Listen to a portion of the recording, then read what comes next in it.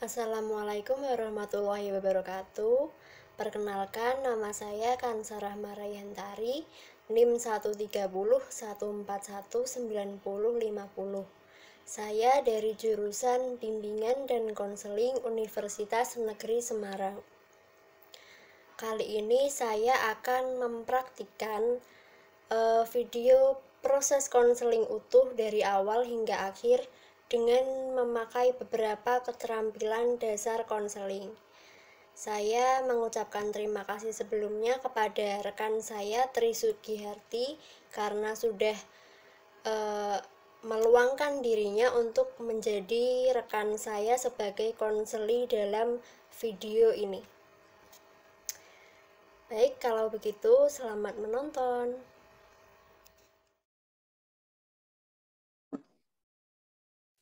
Assalamualaikum, selamat siang Ibu. Mohon maaf mengganggu waktunya. Waalaikumsalam, selamat siang juga Mbak Harti. Tidak perlu khawatir, tidak mengganggu sama sekali kok. Silahkan duduk dulu yang nyaman. Baik Bu, terima kasih. Bagaimana kabar Mbak Harti hari ini? Alhamdulillah, saya baik Bu. Syukurlah kalau begitu. Ibu senang mendengarnya. Mbak Harti tadi habis dari mana ya? Kelihatannya rapi sekali. Iya Bu. Tadi kebetulan saya habis bertemu dengan teman saya dari kota lain. Setelah itu saya langsung ke sini menemui Ibu. Oh, begitu rupanya. Saya senang sekali Mbak Harti berkenan menemui saya. Nampaknya ada sesuatu yang ingin Mbak Harti bicarakan dengan saya ya? Iya Bu. Jadi saya ingin membicarakan sesuatu yang seringkali membuat saya cemas. Bagus sekali Mbak mau membicarakan tentang perasaan cemas Mbak Harti kepada Ibu. Ibu selaku konselor akan merahasiakan semua informasi dan masalah yang Mbak Harti sampaikan. Karena saya terikat dengan kode etik konselor, yaitu asas kerahasiaan. Jadi, Mbak Harti tenang saja dan percayakan seluruhnya kepada Ibu ya. Baik, Bu. Terima kasih atas kesanggupannya merahasiakan masalah saya. Lalu untuk pertemuan kali ini, Ibu mohon maaf sekali karena terbatas oleh waktu. Pada pukul 2 siang nanti, Ibu harus menghadiri acara di tempat lain. Jadi, kita hanya memiliki waktu selama kurang lebih 1 jam. Untuk itu, mari kita manfaatkan waktu yang ada sebaik mungkin untuk menyelesaikan permasalahan ini ya. Baik, Bu. Saya setuju dan sanggup. Semoga waktu yang ada bisa bermanfaat dengan baik ya, Bu. Terima kasih atas kesanggupannya. Baiklah, sekarang coba Mbak Harti ceritakan perasaan apa saja yang sering mengganggu hati dan pikiran Mbak Harti. Jadi begini, Bu. Sebenarnya sudah cukup lama saya merahasiakan ini. Namun baru sekarang saya memutuskan untuk melakukan konseling. Saya seringkali merasa hampa, Bu. Merasa hampa? Iya, Bu. Saya juga tidak mengerti kenapa saya merasa seperti itu. Yang saya tahu, saya menjadi lost interest terhadap segala hal, Bu. Bahkan hal-hal yang tadinya sangat saya sukai, saya jadi kehilangan minat. Padahal hal-hal tersebut, Bu? Mbak mengatakan bahwa Mbak Harti tidak lagi memiliki ketertarikan terhadap hal apapun yang Mbak Harti lakukan. Bahkan hilang minat juga untuk melakukan hal yang tadinya Mbak Harti sukai. Betul, Bu. Karena itu, saya jadi merasa hampa. Setiap hari selalu mengulang hal-hal yang sama seperti sebelumnya. Saya jadi bingung untuk melakukan apa agar bisa lepas dari kehampaan ini, Bu. Iya, iya, iya. Ibu bisa memahami apa yang Mbak Harti rasakan saat ini. Nampaknya Mbak Harti merasa kehidupan Mbak Harti menjadi kosong dan tidak berwarna, gitu ya? Benar, Bu. Saya sudah mencoba untuk memberi kesenangan pada diri saya sendiri, seperti menonton film yang menghibur, atau membeli makanan dan minuman enak kesukaan saya. Tapi tetap saja, Bu, itu hanya bertahan sebentar. Dengan kata lain, Mbak Harti sudah berusaha semampu Mbak untuk mengatasi masalah yang Mbak Harti alami dengan berbagai cara. Namun, bagi Mbak Harti itu masih belum cukup, begitu. Semua terasa membosankan dan tidak menggairahkan. Kehidupan menjadi sangat monoton. Bahkan sepertinya saya sudah lama tidak tertawa lepas. Bisa Mbak Harti ceritakan kapan terakhir kali Mbak Harti merasa senang dan bahagia begitu? Sudah cukup lama sih, Bu. Kalau tidak salah, saat awal-awal saya kuliah.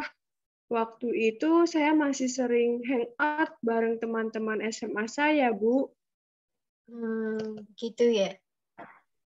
Dari pernyataan Mbak Harti tersebut, apakah Mbak Harti bermaksud mengatakan bahwa Mbak Harti dapat merasa senang dan tidak hampa saat Mbak Harti bisa sering berkumpul dengan teman-teman masa SMA Mbak Harti? Begitulah, Bu. Saya sebenarnya juga ingin berkumpul lagi dengan mereka, tapi sepertinya mereka sudah sibuk dengan urusan masing-masing. Saya tidak enak untuk mengajak mereka keluar.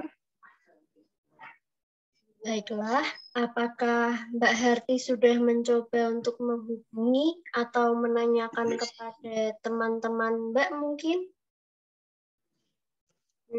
Belum sih, Bu. Saya tidak enak kalau-kalau mengganggu mereka.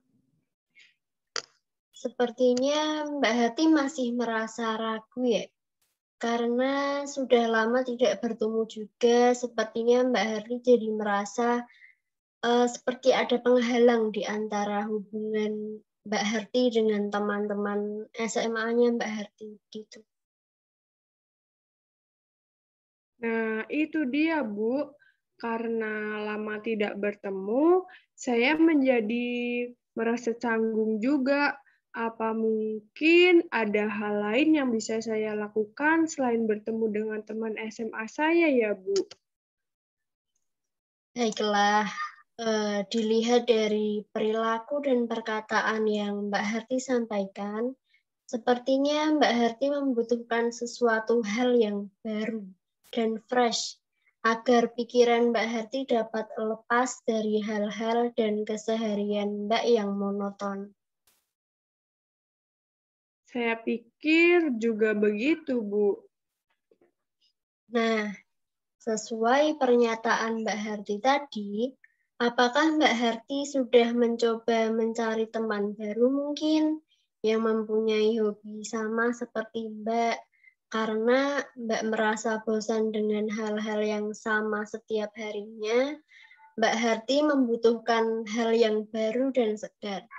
Terlebih lagi, hubungan sosial dengan orang lain juga dapat memberi kesan tersendiri dan mungkin dapat mengalihkan pikiran Mbak Harti dari rasa hampa tersebut.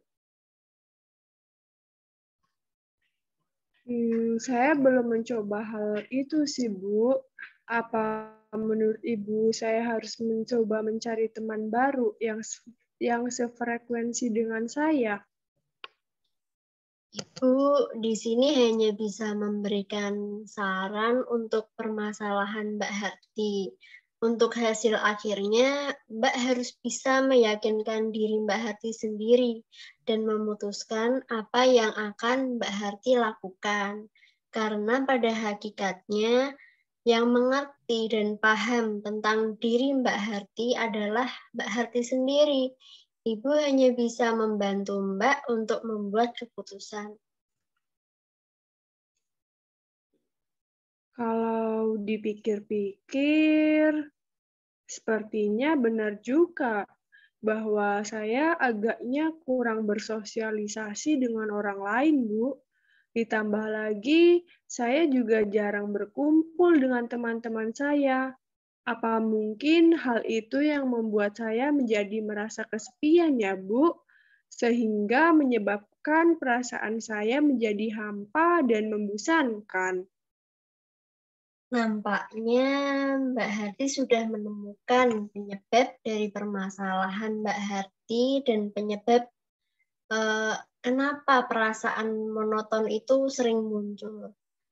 Jadi mungkin Mbak Harti bisa mencoba untuk menjalin hubungan pertemanan baru atau mencoba untuk menghubungi teman-teman SMA Mbak Harti.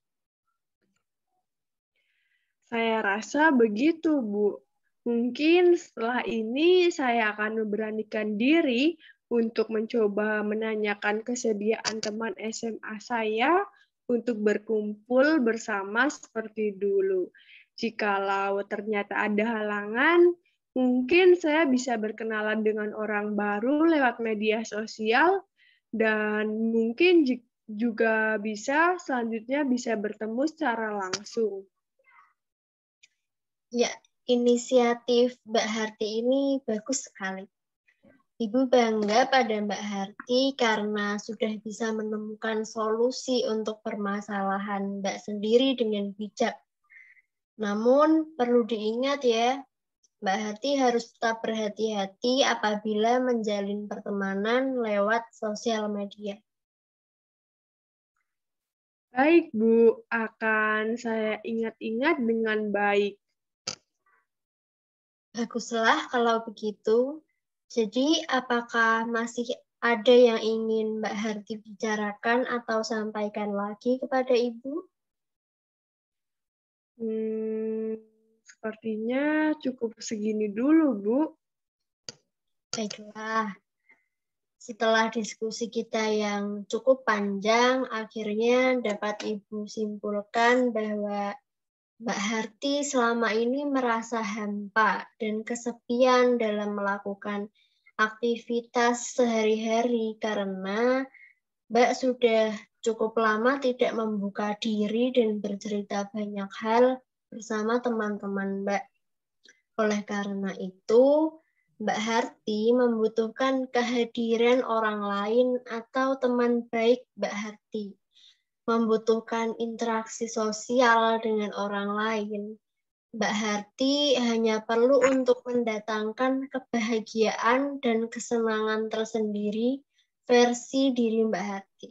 Dengan begitu, Mbak Harti akan merasa keseharian Mbak akan kembali berwarna seperti dulu lagi. Baik, Ibu. Terima kasih banyak ya, Bu, sudah mau mendengarkan cerita saya dan memberikan saya saran. Saya sangat tertolong. Iya, sama-sama Mbak Harti. Saya senang sekali bisa membantu Mbak Harti. Karena waktu berdiskusi kita telah berakhir dan alhamdulillah Mbak Harti sudah menemukan solusi yang baik dari permasalahan Mbak Harti. Alangkah baiknya kita sudahi kegiatan konseling kali ini ya. Jika ada yang ingin dibicarakan lagi, mungkin lain waktu Mbak Harti jangan sungkan untuk datang dan menemui Ibu lagi ya. Tentu saja, Bu. Sekali lagi, terima kasih banyak. Saya izin pamit dulu ya, Bu. Assalamualaikum. Waalaikumsalam. Hati-hati di jalan ya, Mbak Harti. Iya, Bu.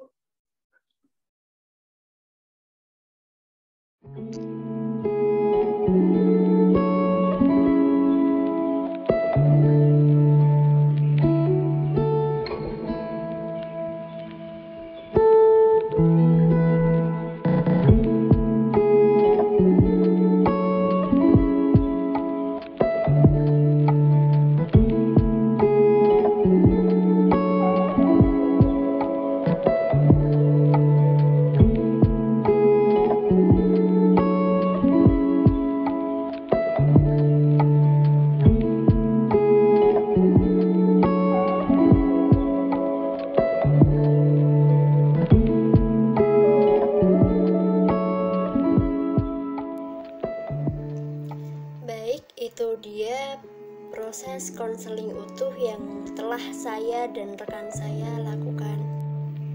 Saya memohon maaf sebesar-besarnya apabila dalam praktik tersebut masih terdapat banyak kesalahan dan kekurangan. Saya berharap dalam video praktik konseling ini dapat memberikan wawasan serta ilmu pengetahuan tentang keterampilan dasar konseling untuk kalian semua. Mungkin cukup sekian dari saya. Saya mengucapkan terima kasih banyak dan wassalamualaikum warahmatullahi wabarakatuh.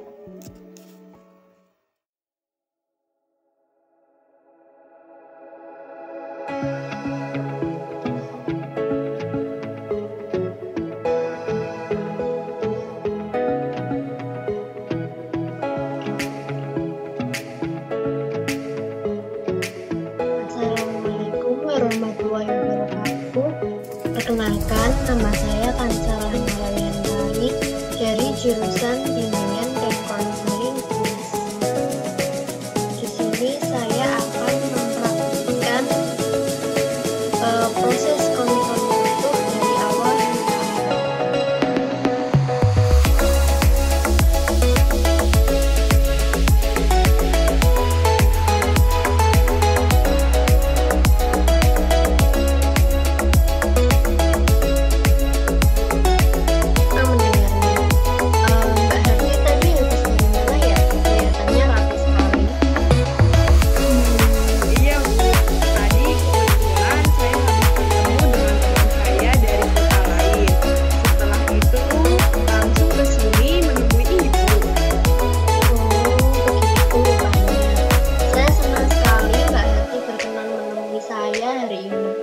Nampaknya ada sesuatu yang ingin Mbak Harti bicarakan dengan saya.